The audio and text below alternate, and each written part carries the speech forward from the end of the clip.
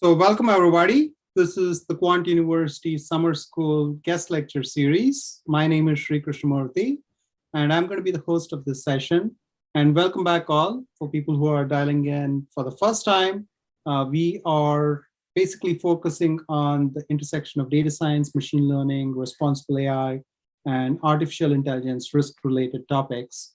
And every week on Tuesdays or Wednesdays, we meet for an hour and we bring in academics, enterprise, folks who are working on various solutions, thought leaders, researchers, practitioners, who are working with the various innovations which are happening in the artificial intelligence and machine learning world. As we go more and more towards machine learning and artificial intelligence related decision-making systems, it becomes important for us to kind of holistically look at various aspects of how do we quantify the performance of these systems and also articulate the risks and the associated measures which we need to be thinking about as we build these systems. In this realm, we have been inviting speakers every week for the past 2 years. And for many of you who attended our sessions last week and the week before, Dr. Agus Sugianto and team from Wells Fargo, they presented a couple of sessions on how to use the PyML toolbox responsibly for various test use cases. And today we are fortunate to invite Maya Murad from IBM Research. So she's an innovation strategist there.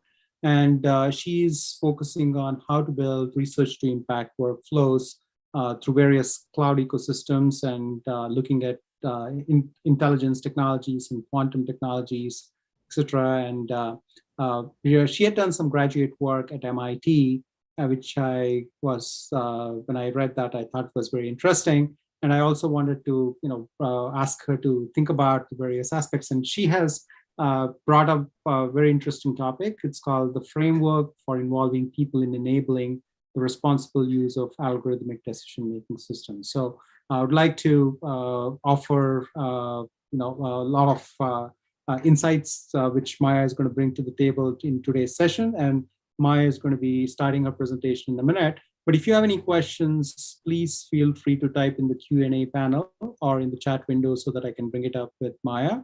And also, we have a new artificial intelligence newsletter on LinkedIn. So we have started that 2 days ago, and we found a lot of interesting discussions happening there. So I'm just going to post that link in the chat window, and if you're interested, please subscribe to it so that we can share more of these events, also discussion topics and various interesting pieces of news which are relevant to the topic. So with that, I will hand over the stage to Maya. Welcome. Thank you so much, Sri. So I'm really glad to be here. Today, I'm going to be speaking about participatory approaches to algorithmic responsibility. And I'm going to be discussing how we can involve citizens in enabling the responsible use of algorithmic decision-making systems. So a little bit about myself before I dive in. My role at IBM Research is a way of bridging the gap between scientific advancement in AI and real-world impact. So I often cooperate with researchers that are publishing in the latest and the biggest AI conferences, working with the cutting edge algorithms, and then collaborating with diverse business stakeholders, engineers, designers, and bridging the gap towards real world impact in order to extract value from these algorithms in a way that is harmonious and respectful of human rights. So I often find myself translating requirements between very diverse stakeholders.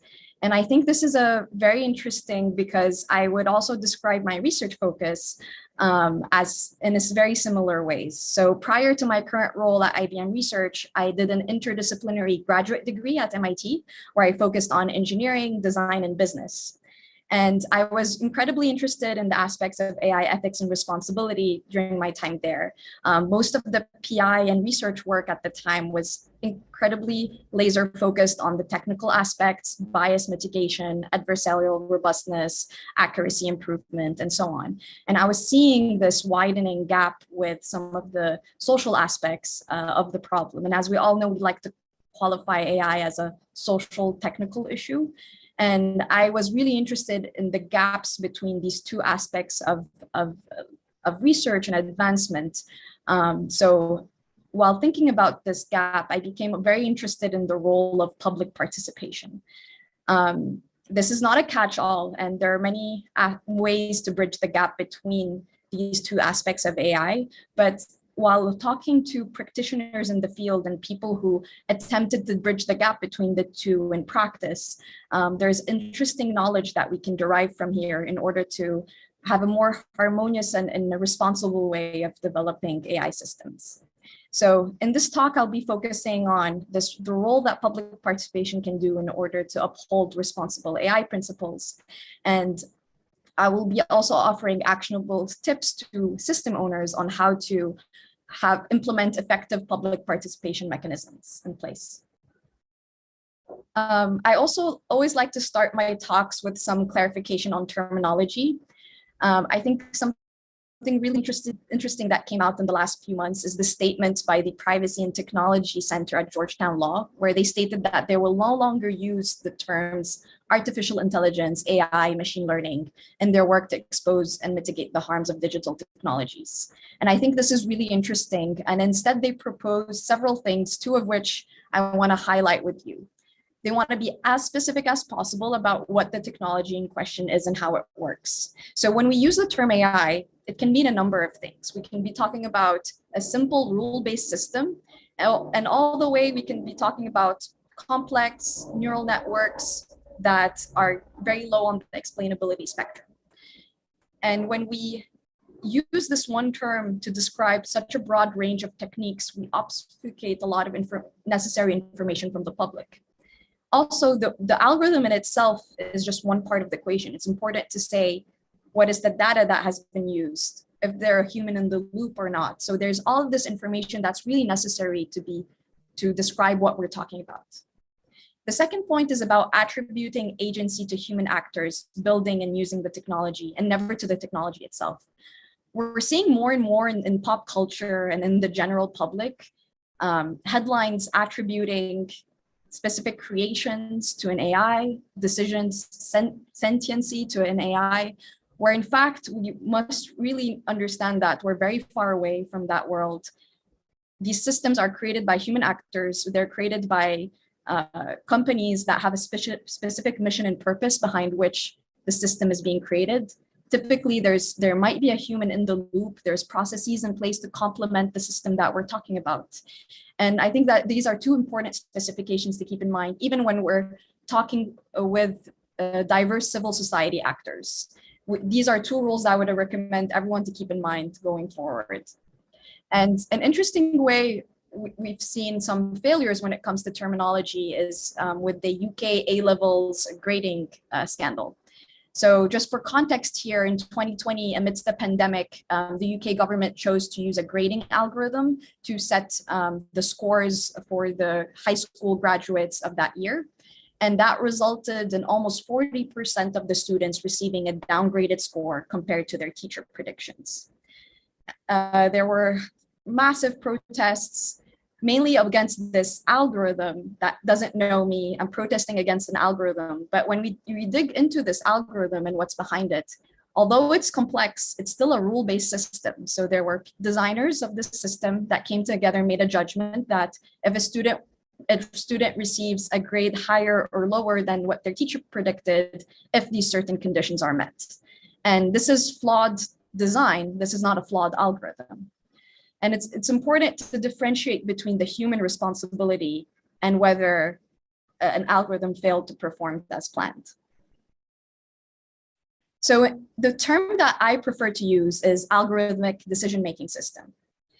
The definition here is a computational process, including one derived from machine learning, statistics, or other data processing techniques that makes a decision or facilitates human decision-making that impacts consumers. A few things to flag here. A decision-making system can be composed of one or more data processing techniques, computational techniques. And these work together in order to support a decision-making process. And parts of these process can be automated fully. Other parts of this process can be performed by human actors, Some of the automated portions can be supervised or unsupervised. And it's really important to put all of that into perspective and looking at the system as a whole, because one trained model cannot be inherently ethical or unethical. You need to contextualize it to understand what decision-making it supports in order to adopt a fully good and holistic perspective of the responsible use at the system level. And for the rest of the talk, when I'm talking about engagement in algorithmic decision-making systems, we're specifically focused on high-stakes algorithmic systems. So high-stakes, high-risk. So what we mean by this is on an individual level, a decision-making system that influences your access to a benefit, to an opportunity, or that establishes punishments. And on a group level, one that deals with public goods such as the environment. So going back to the current state of public participation, I like to break down the stakeholder groups here into three large categories. On the left-hand side, we have impacted individuals. So these are people who are impacted by the decision of an algorithmic system, and that could be directly or indirectly. Directly meaning if I'm using an algorithm to decide the level of welfare that the family gets, the family is directly impacted. But if that were to behave unpredictably and be biased, then that might have a ripple effect into their community level. And it's important to include the broader impacted stakeholder groups in this impacted individuals category. The next group, which I also think plays a very interesting role in this landscape, are public interest groups. These include various actors with different capabilities and knowledge expertise, such as people in academia and research, journalists, advocacies, and activist groups. And these stakeholders often collaborate with impacted individuals, consult with regulators, consult with system owners in order to uphold the general public interest of citizens in the face of algorithmic systems. And they have played an interesting role in the past, and I think it's an important group to categorize on its own as distinct from impacted individuals and the rest of the general public. And that is the case because these public interest groups have played a significant role in uncovering and documenting harms in algorithmic system, and even advocating to pull the plug on really problematic systems. So I'm sure a lot of you might have heard before about the groundbreaking investigative reporting that occurred in ProPublica, denouncing bias and the Compass recidivism algorithm. The sort of predictive journalism in algorithmic systems has now a whole outlet dedicated to it that's called the Markup. So the Markup is a news outlet that hires data scientists in order to investigate the use of algorithmic decision systems. And in Texas, they were found that there was a pragmatic use of race in order to identify predictors of success in students in the classroom. And they were able to advocate to get that removed. Another interesting win for the public interest groups is this infamous case in the Netherlands where a welfare algorithm was used in order to detect social welfare fraud. And it turned out that the algorithm and the system that was used was not effective. It came out to the wrong conclusions and that was incredibly biased. And that resulted into an incredible amount of harm where there were families unjustly accused of being fraudulent. They had to pay back the sums of welfare that they got, putting them in debt. And a lot of families had to be evicted from their houses as a result of this. Dutch activists got together and they were able to advocate to not only retract the model, but get this form of algorithmic system banned in the Netherlands. So we're seeing here that we owe a lot to these public interest groups in order to bring to our attention the harms and provide visibility to the harms and pulling the plug. Yet this is an incredibly painful exercise because most of this investigative work is done from the outside in. And there are no channels to support this sort of work. There are no access to information that is encoded in regulation. So if we look at the current regulation, provisions for public participation are generally lacking from AI regulation. If we look at the first draft of the EU AI Act, there were no provisions that would help with public participation outside from just consulting on the draft law itself.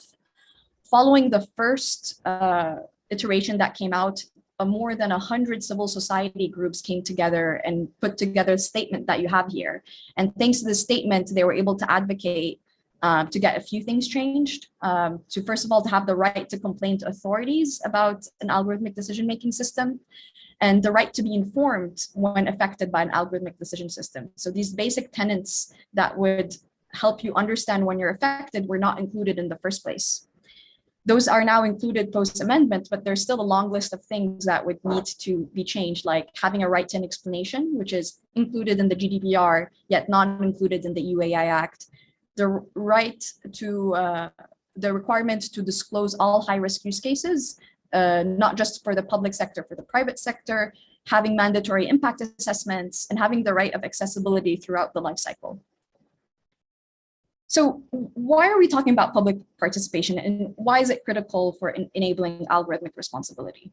If I'm taking the perspective of the system owner, there are benefits to be reaped from engaging with your stakeholders and using human-centered design processes that help you design a better system in the first place and uncover unintentional harms that were not planned. But it's also important to think about this from a societal viewpoint of why is it important to formalize this role. The first reason is the role that the public can play in closing the accountability gap. So in most industries that are regulated, there's something called supply side accountability. So these are tools that state actors have in order to regulate an industry. So these can be standards, legal avenues that they can consider, oversight bodies, and so on. These mechanisms are still in their infancy when it comes to algorithmic decision-making systems. So in the lack of the supply side accountability, what we're seeing is public interest groups are currently and in informal ways closing this accountability gap.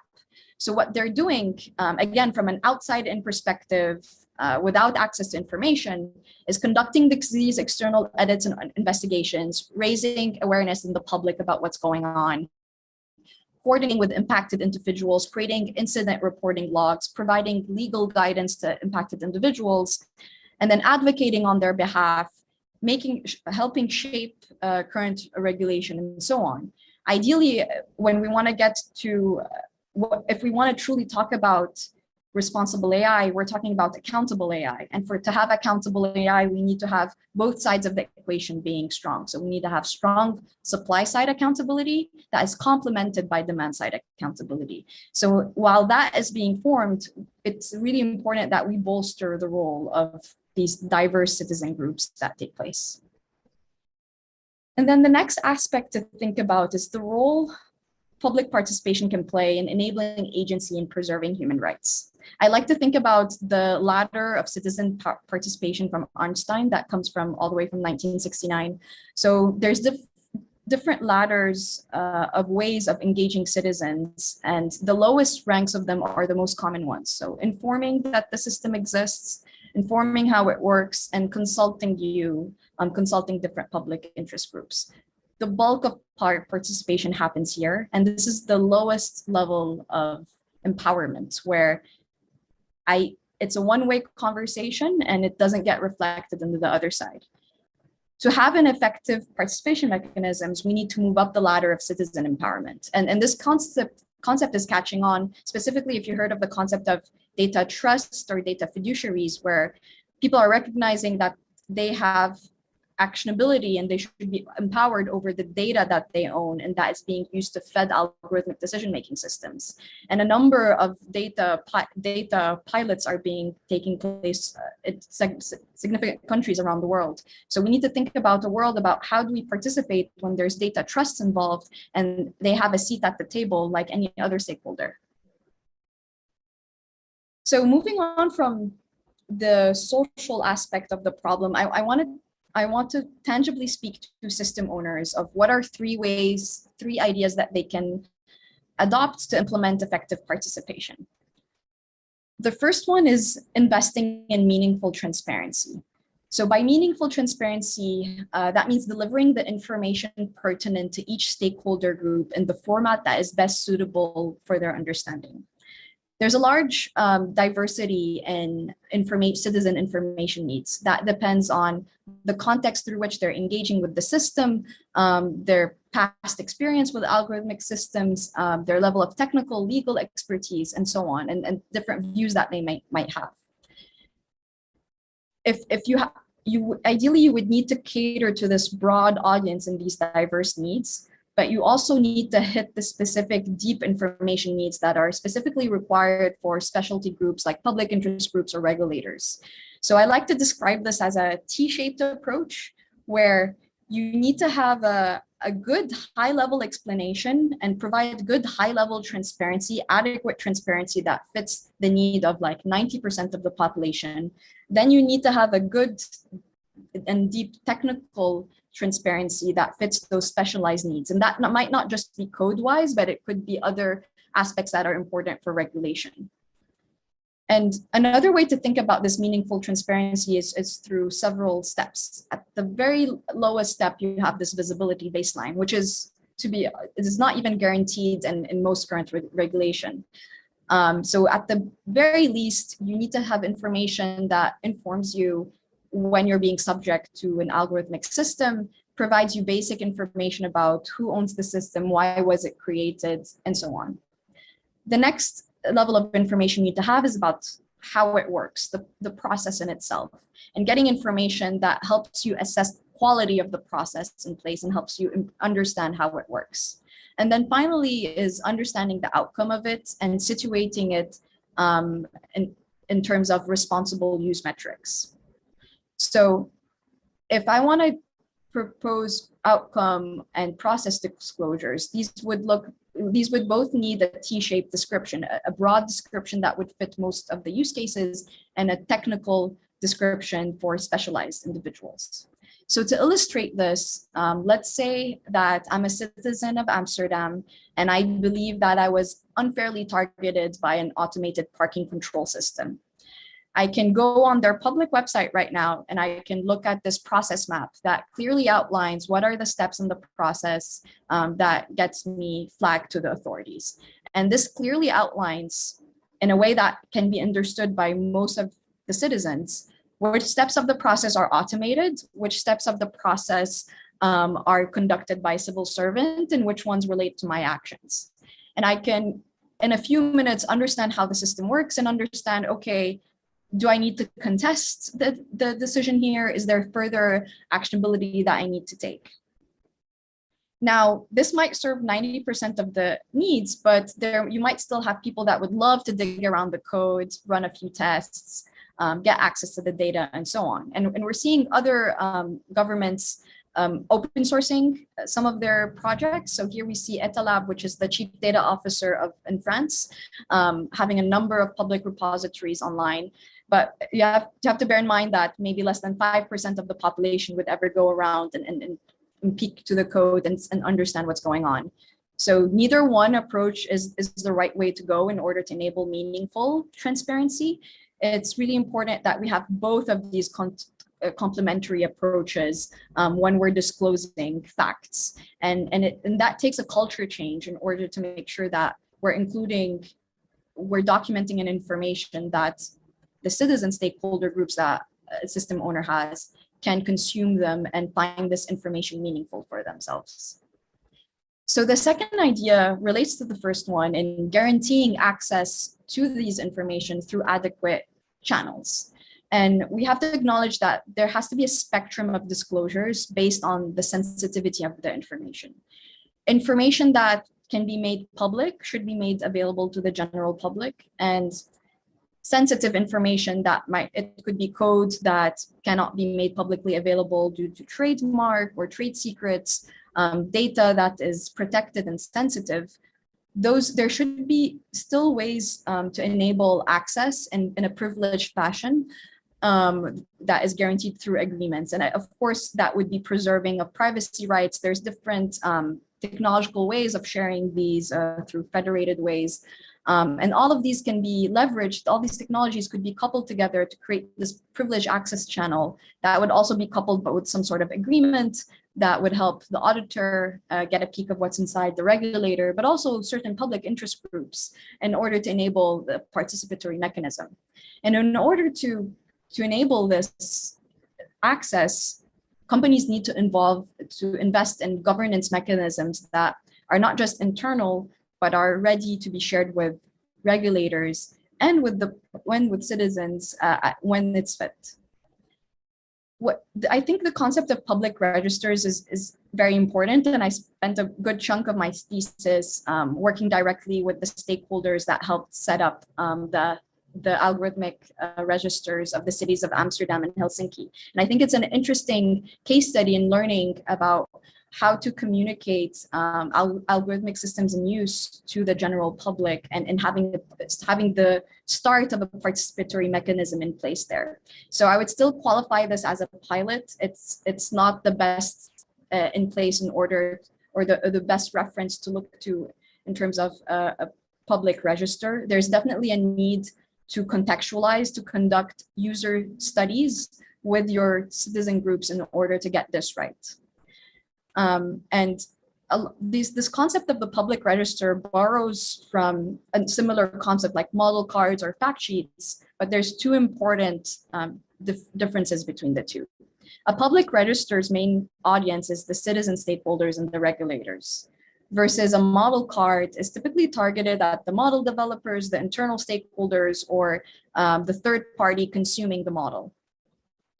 And then a public register pertains to an algorithmic decision-making system. So that could be a couple of algorithms coming together in place, versus a model card pertains to a trained model, to one specific standalone trained model.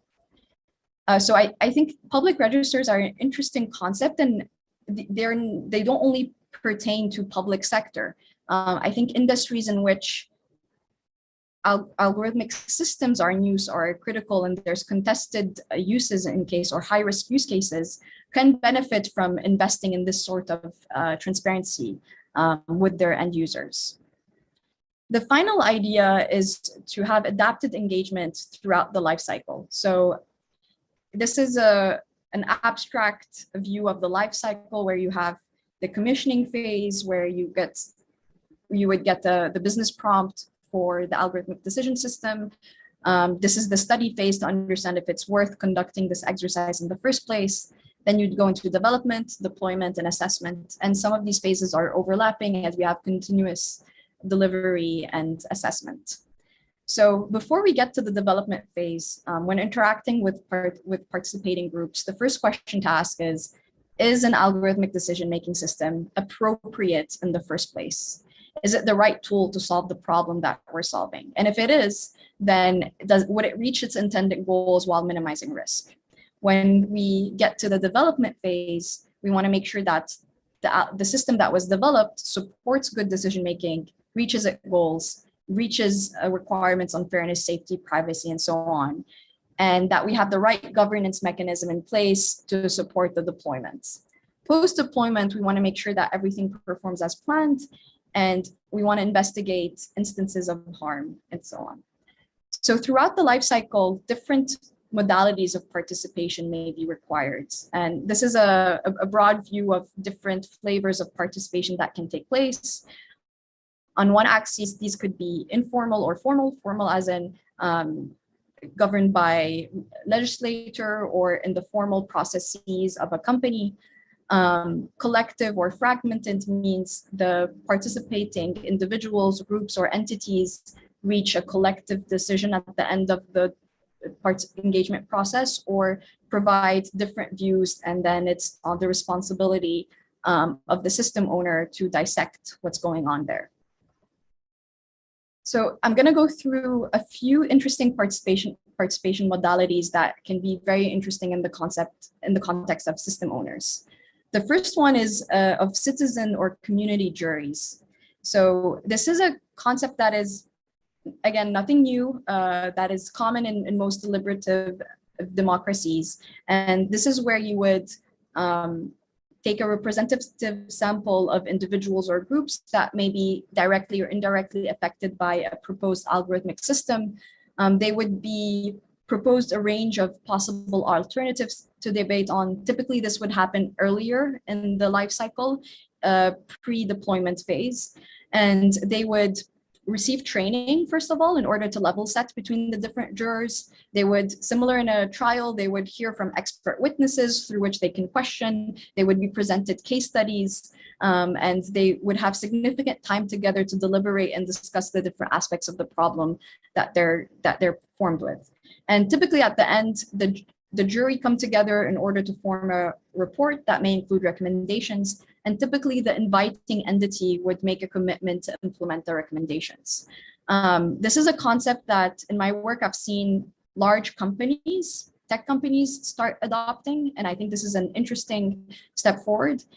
This has already been being implemented in the public sector side. So for example, in Manchester, the NIHR worked with 18 randomly selected jurors and asked them the question, should artificial intelligence give an explanation, even if that results in less accurate decisions? And that was the deliberations that happened there was important for the local state to understand how to think about these questions, especially across different scenarios in healthcare, recruitment, and criminal justice. And then the next concept is of risk bounties. So risk bounties are inspired from the privacy and security field, where hackers are rewarded for finding vulnerabilities. But this concept adapts very well in the context of algorithmic decision-making systems, such as catching bias, adversarial robustness, privacy infringements, and so on. And this is suitable for most suitable for the post-deployment phase. Really interesting case study here is the Twitter bias bounty. So earlier in 2020, Twitter received complaints that the model that they used to crop images were biased against Black faces. In the meantime, they retired the model, but what they did in the following year is launch the first algorithmic bias bounty challenge, and they invited members from the ethical AI hacker community to identify additional harms in their models. And what's interesting here is that they uncovered a wealth of valuable insights that not only shaped their knowledge, but helped influence and train their team on how to think about bias issues. I think a few things to highlight is, in the first place, they were able to go beyond the complaints that they received and show that the model is biased and tends to encode stereotypical beauty standards. So going towards lighter, bigger eyes, skinnier faces, and that shows just the extent to which bias was included in this model. And what's also interesting is one of the submissions was for a approach that proved that if you added a padding around the image, this cropping bias would be avoided. So this is, again, a really interesting way of engaging a part of the public in removing or de-risking your algorithmic models. And then finally, I think this is also a really important concept, is the right to contest and recourse. Multiple times when you're engaging with an algorithmic system, it's really important to have a clear path to contest the decision that you're proposed with. And prior to contesting, you should be provided with information, meaningful information about how the system works. What was the explanation of the decision? Was this decision reviewed by a human, or was it fully automated? All of these are really important to first guide the individual in their decision to contest, but also ensure that we have a good process in place in order to activate a review process and provide remedial if necessary. And in cases where it might be impossible to review all issues, there should be algorithmic tools in place that make sure that a human does see at least the most critical contested issues in place. So that wraps up the three broad ideas, but I do want to put a beware before I close up. It's important to beware of participatory pitfalls. And that could take the place of participation washing, tokenism, and performing free labor. There's a very interesting paper called "Participation is Not a Design Fix for Machine Learning" that posits that most of the ways that organizations currently include citizen groups and allow them to participate is through consultations. And these consultations, again, they're at the lowest rank of that empowerment ladder that I showed you earlier. They tend to be short-term in nature, one-way discussion, and there is absolutely no obligation for the party consulting with the citizen groups to disclose the outcome. So you could be in disagreement, and there could be no obligations to share that.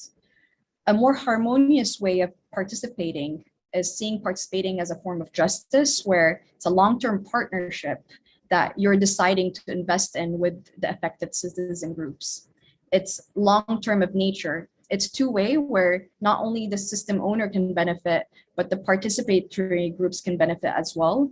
There are clear checks and balances established. There's a right to disagree and disclose outcomes, but also participation is required as work and is paid for. So to tie it all together, if we're thinking as a system owner, how am I going to go about implementing participatory mechanisms?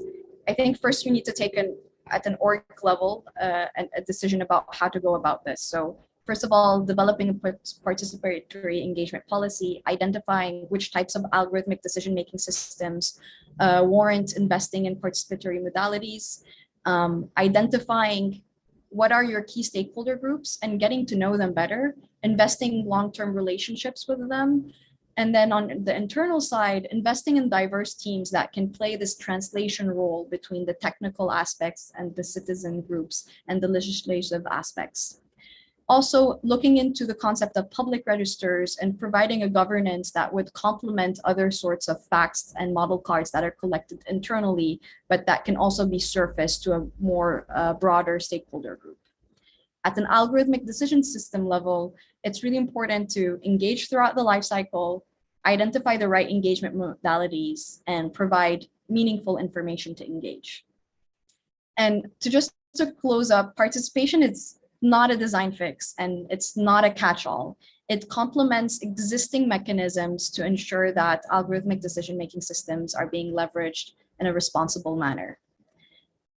If you'd like to do some further reading on the topic, I have an article series in Towards Data Science. I also put links up here to my thesis and an interesting workshop in ICML on participatory approaches to machine learning. I also have a set of tools available on Airtable, and I'm happy to give you access if you request it. Thank you very much, and I'm handing it back to you, Sri. Thank you so much, Maya. This was a very interesting presentation, and also thanks for all the links. And I'm very impressed with the way you've kind of holistically looked at many of the themes when we talk about the socio-technical issues and the various socio-related issues, which you kind of framed in various parts of the discussion. So for people who are listening in, if you can type in any questions for Maya, I would really appreciate it in the Q&A panel. So I would love to kind of ask some of the questions of my own. Now, one of the biggest challenges is the chasm between your understanding of what the systems actually do and how they do it, and you being able to have agency to actually, question those decisions, right? So because many a times the groups which are impacted are not the groups which are in the majority class, which are in the minority class, and they may not have the right kinds of tooling to understand what the decision-making systems are, and also they may not have the power to go in and question some of these systems. So, and many times the various companies which are making decisions on building these systems are not obligated to even formulate participatory approaches, because they have specific goals in mind when they are either reducing costs or trying to influence certain customers or target certain markets. So how do we go about bridging the gap there? I mean, when you have this asymmetry of power, and also regulations haven't caught up, is it more going and questioning our own ethics and morals and formulating a basis from a principles perspective, or is it something when we have to wait for regulations to actually mandate these systems to be operational before bad things happen, if you will? I think it's a really good question and a good observation of so many information and rights asymmetries in the process. If I go back to the stakeholder map, a really critical and important stakeholder is this public interest groups. They've been doing significant labor to date, given that there's no obligation on companies to participate. They're still engaging and participating, even that it's not coming from the system owner's side, it's coming from their own benevolence. And these public interest groups play a really important role when, like you mentioned, the impacted groups tend to be from marginalized groups of society and do not have the tools to engage or the time to engage for their rights. So if you're an organization and you want to adopt a holistic responsible AI mechanism, it's really important to seek out these public interest groups in complement to seeking out impacted groups. These public interest groups typically might have a history of dealing with these marginalized groups, but also might offer some sort of additional technical expertise and guidance in place. And then going back to not having an obligation to deal with it, it's a difficult reality. I think for companies, I think if there should be some sort of study or learning that shows that engaging helps resolve a lot of the unplanned harms and the design flaws that were not planned. It's a de-risking approach, and investing in that is investing in having a more successful algorithmic decision-making system in place. So that's from the point of view of the system owner. From a regulatory perspective, I would continue and advocate for a formalized role for public interest groups and for broader citizen groups in shaping regulation and having a right in contesting algorithmic decision-making systems. But also what I think we can do in the meantime as members of these public interest groups is provide resources to empower them to continue what they're currently doing in their roles. Absolutely. And, I come from the finance world, wherein there's always the focus on return, and risk is considered to be something you got to take to actually get higher returns. And the mentality of looking at risk-adjusted returns, and you're always thinking about how can I minimize the risk and maximize the returns. So that is an established business practice, and I believe maybe even in other segments wherein there's a lot of automation happening and a lot of newer systems coming in, there is always this focus on reducing costs or potentially increasing reach, or there are the reasons why people are going towards automation is to kind of gain those kinds of either scale or reach, or trying to automate certain things with the goal of reducing costs or whatever it is. Now, do you consider many of these concerns which we are seeing are just side effects wherein we haven't really figured out how to design systems well, and we're just learning along the way? And basically we are trying to engineer the process in an agile mode, wherein we are kind of, deploying and realizing, oh, we didn't realize that. And you mentioned the example of Twitter, wherein they had something noticed and say, oh, you know what, we'll pull it out. And then maybe we should kind of, open source our testing and then potentially realize what else could go wrong. So is it the approach we are taking wherein we're kind of trying and testing and releasing and then figuring out, is that where we are lagging, or do you see much bigger than that, wherein it's a systemic change of how we take decisions, and we are kind of seeing a regime shift in terms of how we were doing things, and now we are going to be doing completely different things in a different way for the next century or whatever it is, the timeline, before complete automation happens and intelligence becomes much more prevalent. And now we are just kind of having teething problems in understanding how systems work and delegating responsibility towards systems. Also very good and challenging questions. So think of an algorithmic decision-making system. The algorithmic part, this is what gives you the scale. A human can still design a deep neural network and use the wrong data sets, not take the right care in designing it.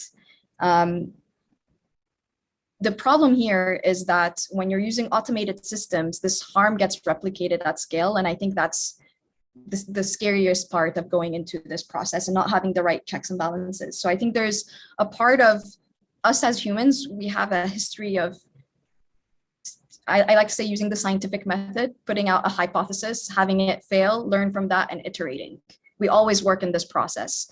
But when you do so at such a scale that the risk of harm is so well, I think that makes you think how much you need to de-risk a system before it goes live, and having the right checks and balances in place.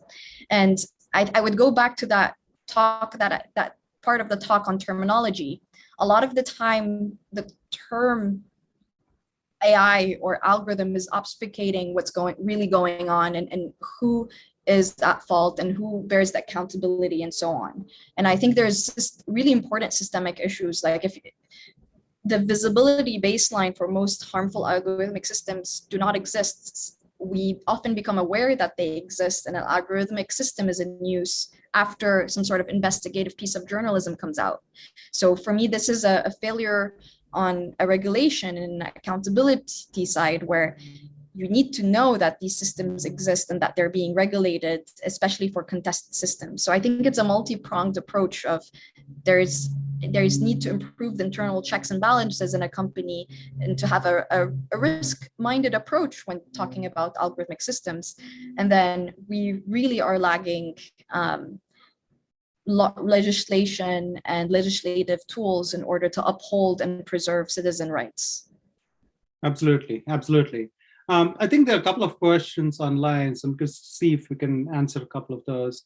One from Alan, so could ethical standards change over time? How do you future-proof a model that may have long-term impacts against such changes?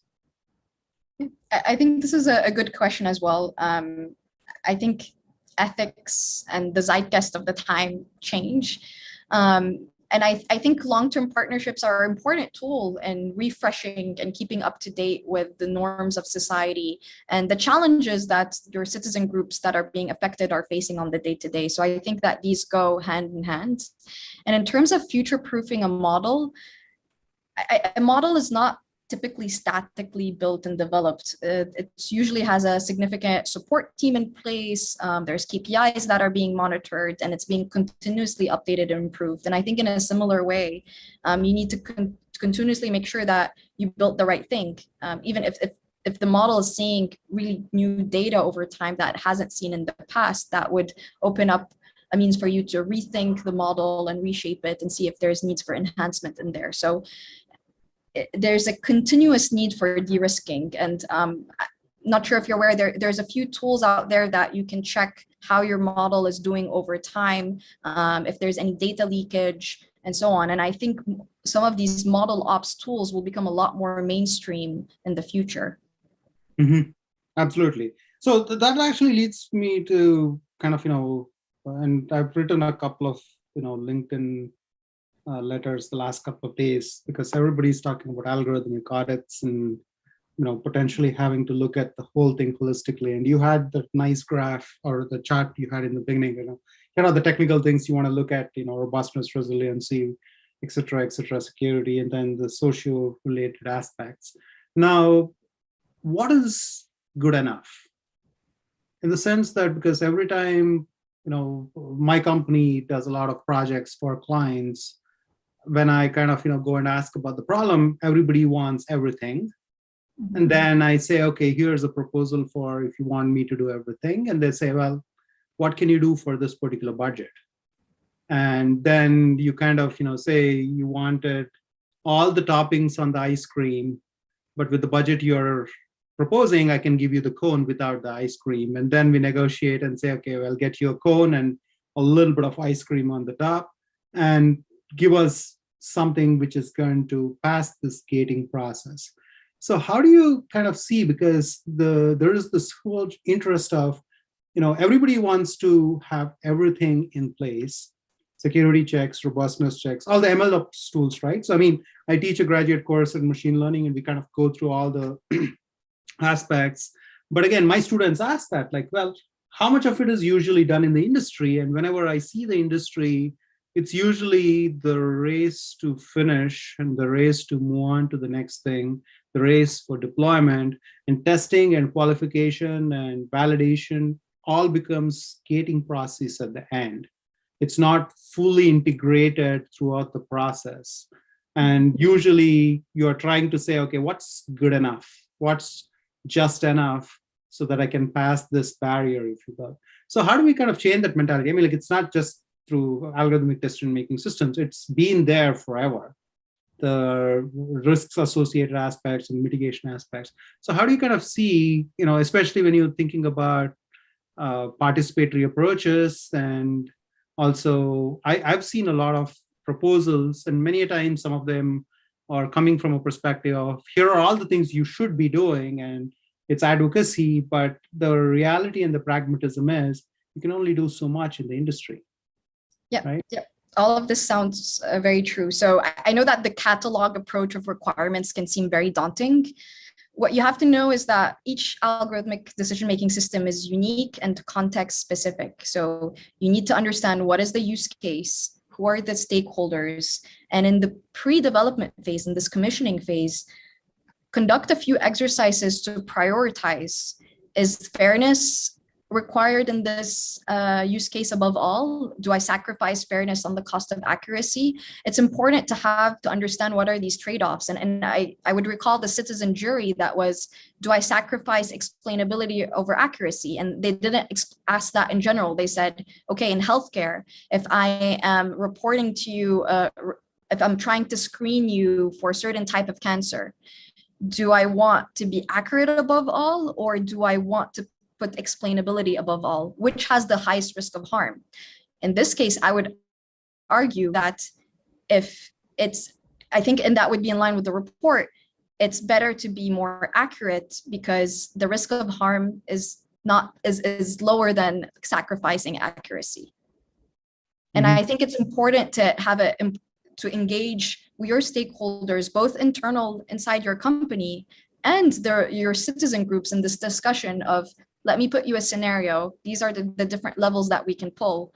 What are the trade-offs that we can do? On which levers can we sacrifice some accuracy or sacrifice some of the quality of it? And which ones do we need to uphold most of all? And the goal here is to preserve rights and remove the risk of harm.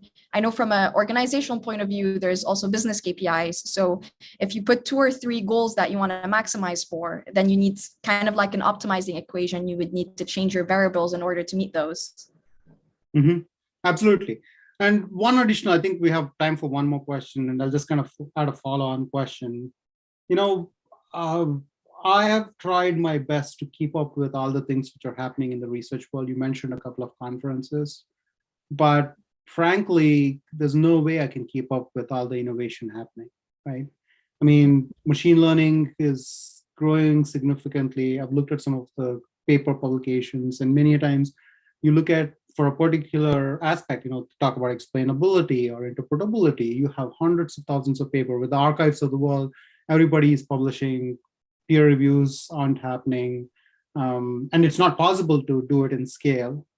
And the formalization is growing.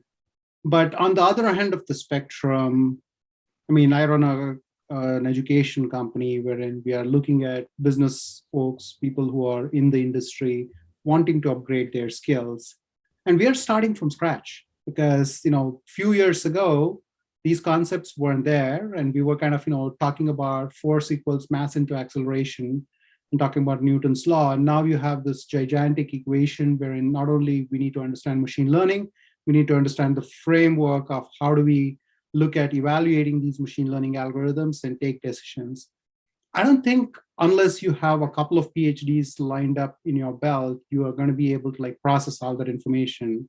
So how do we engage, at an end user, I can understand the concerns why people are scared just because they don't understand it. And it's not possible for us to understand how these systems operate. So how do we bridge the gap? Because on the education side, I don't see very much happening other than many more programs being churned out just to give you that just enough approach, another boot camp, another, qualification for you to kind of, go there. But the field is progressing so fast, and we are having this, meritocracy of okay, data scientists, these are the people who join in these conferences, have these engaging discussions. But then on the other hand, you have the policymakers sitting and saying, here are the concerns, here are the people we are representing, these are the things which are not being answered. The security folks saying, well, you bring in all these things, there are data leakages, there are privacy leakages, there are all these things happening in our world. The deployment folks saying this cannot be deployed in scale, or if you deploy it, then we're seeing all these monitoring issues and all these other MLOps and software engineering issues. How do we kind of bring everybody together? Because it's not a unidimensional problem. It's a multidimensional problem with so many innovations happening. And for a poor startup which is trying to raise their first round of money, and you provide them this whole thing of you got to do all these things before you get your product out, it's impossible for them to prioritize. And that's why many people say, let's just go, without the brakes, without the headlights, and just, we're going to deploy something. And that's happening significantly in the fintech world. And, we may be looking at another crisis of sorts, which is going to happen, and everybody's starting to, kind of scaling back what we were supposed to do.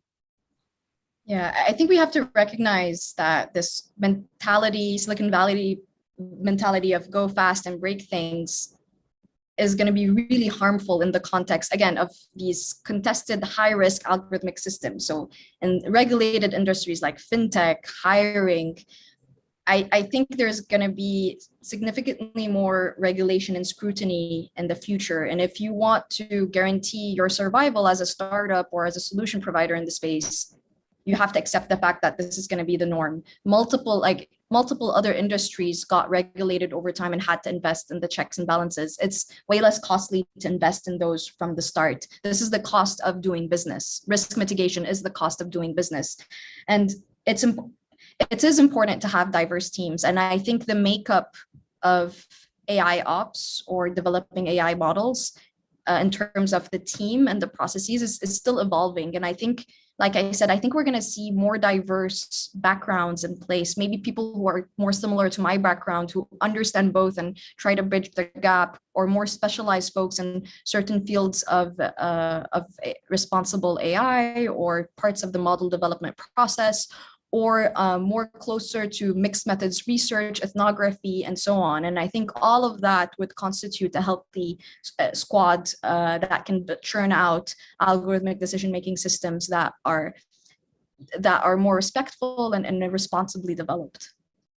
Absolutely. So we can continue this discussion for the next couple of years. And I don't think we have Yes. solved all the problems of the world yet. But thank you for this engaging discussion. I know the feedback on the forum too kind of reflects my thoughts too. It's all the work you've been doing, both as a student and also as a researcher now at IBM Research. It definitely connects to me with all the work I've been doing over the last couple of years. So we should definitely pick up the discussion on LinkedIn or other forums, or we're in the Boston area over coffee or something. But again, I really appreciate all the work and all your time to put together this amazing presentation and share it with us. I'm looking forward to the slides so that we can share it with the community. And thanks again, Maya, and we'll keep connected. Thank you. Thank you, everyone. Have a good day. Bye. Thanks. And we will continue the discussion online, and please look out for the next couple of discussions we're going to have in the Machine Learning Summer School from QuantUniversity. Also, as I mentioned, we have an artificial intelligence risk newsletter, which is going to come out. So every day we are going to have new topics and new discussions. So I would like you to just check it out and provide feedback if that's connecting with what you're doing, and if there are any other topics of interest which we can bring to the discussion. Thanks again for all your time, and we'll continue the discussion online. Take care.